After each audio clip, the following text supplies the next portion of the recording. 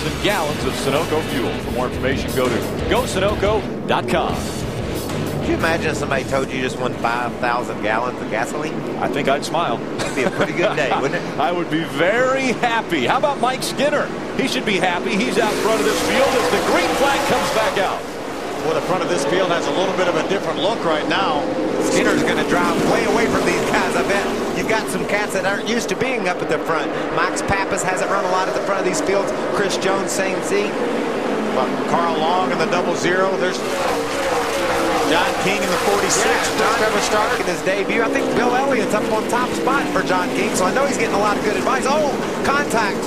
Around they go into the 6. Turn number 1. The 6 driven by Clay Greenfield. Austin Dillon makes a little bit of contact with the left front of that truck now. You know, he's having a lot of problems with the front of that truck today. It started with those yellow barrels right there he just passed. Then he got involved in an accident that certainly wasn't any of his making. He's coming to pit road. He's not going to have a whole lot of time to do anything. The field's already coming off turn 2. Front end's fine. I think he's changed his mind. He's going to go back up on the racetrack. Cut the bottom of the nose off. If we need it. It doesn't look like we need it. Just check it out here. He's coming to us right now. Take another look. There's Dennis Setzer on the inside. He slides up the racetrack a little bit, gets a little bit loose, has to chase it, gets in the left rear quarter panel of the 6 of Clay Greenfield. Clay had gotten an Aaron's lucky dog earlier. Look at Austin Dillon. He just locked the brakes down and it slid right into Greenfield. See Setzer, he's trying to work the bottom. We've seen already tonight how hard that is. And Dennis, if he can't do it, you know it's hard because he's one of the best short track racers in the world. There's Johnny Sauter right there. We're going to follow right along with Kyle Busch. Kyle to the outside of that mess. Wow. I bet you Kyle thought, well, it's a pretty good time to dive to the outside right there. They all reckon on the bottom of me. Watch this move he makes around the top. See him duck to the right. He goes way on the outside of Johnny Sauter. Johnny had to slow down for Clay Greenfield, who spun right in front of him, and Kyle just drove by on the outside. It looked like there was a little bit of contact. And how about back on the lead lap, Brad Keselowski? Would you have ever dreamed that after 44 laps he would be back on the lead lap? Keselowski gets 2 laps back. He's on the lead lap. That means we've got 34.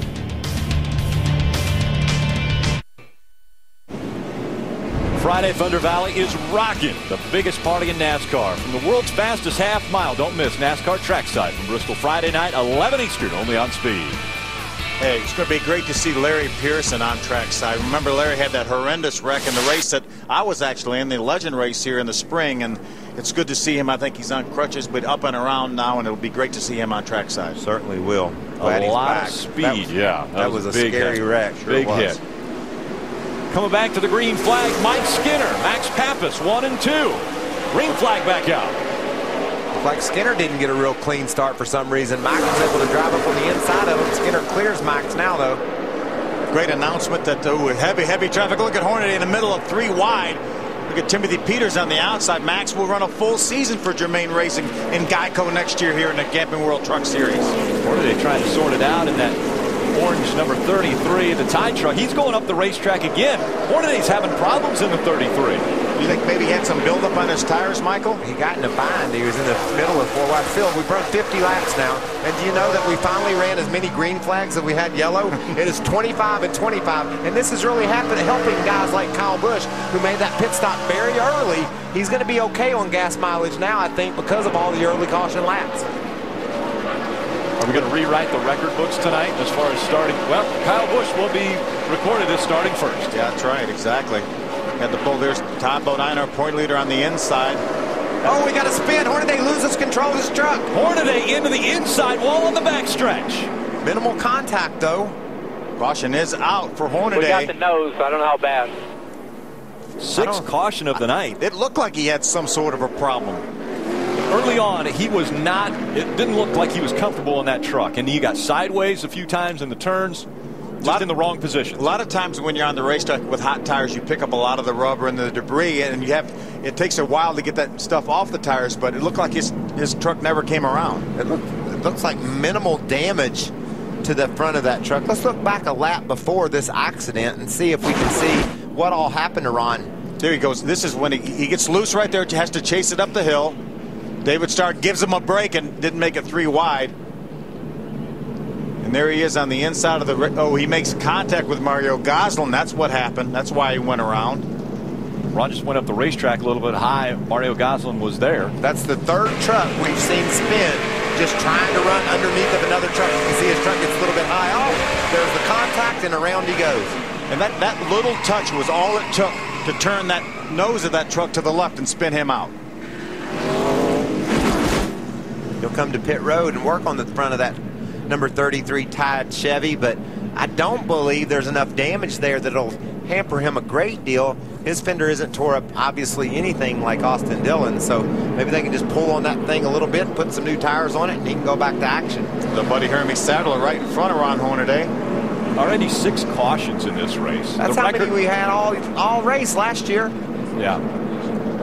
Well, it's time to take a closer look into the camping experience with Camping World's Destination Recreation. It's Camping World's Destination Recreation.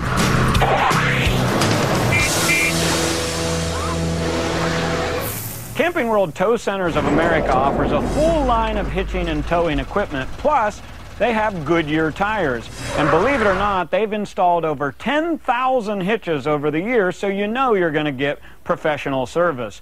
And between July 24th and August 17th, they're offering 50% off of all installations. Now, whether you need an extra set of brakes or whether you want to put in a receiver hitch, a ball, or sway bar arms, they've got it all in one location. It's Tow Center of America at your local Camping World store.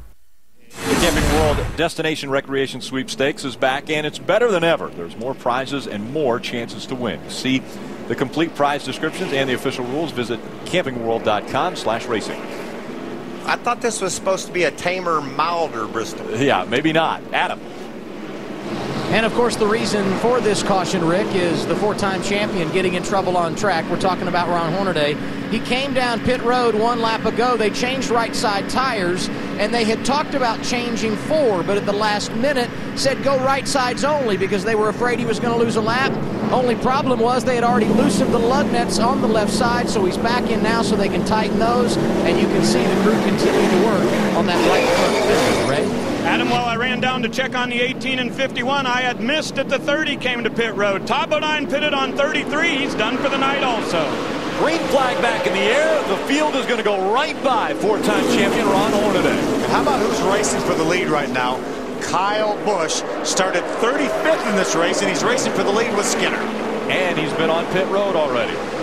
Yeah, I think he's done pitting for the night. He's battling for the lead, so he overcame that problem at the start in a hurry, didn't he? Skinner up the racetrack. Kyle Busch will be looking to get by the 5 of Skinner. And right now he can be very, very patient. He knows that the 5 of Mike Skinner has not pitted yet. He will come to pit road at some point, but I think Kyle Busch is going to go ahead and try to pass him anyway. I don't even know what you're saying right now, Phil. He can be really patient. This is Bristol. Nobody exercises much patience at Bristol, especially when he's fighting for the lead. Well, lap 42, Kyle Busch broke back into the top 10, and now a smoker on the bottom of the racetrack. Stacy Compton, it looks like, in the Safe Auto Chevrolet. Tremendous. I think he may have had an engine expire as well, and he shut it off now. Shut it down and is just gliding along the apron below the racing surface. No caution. Mike Skinner has decided to use that high line, Phil.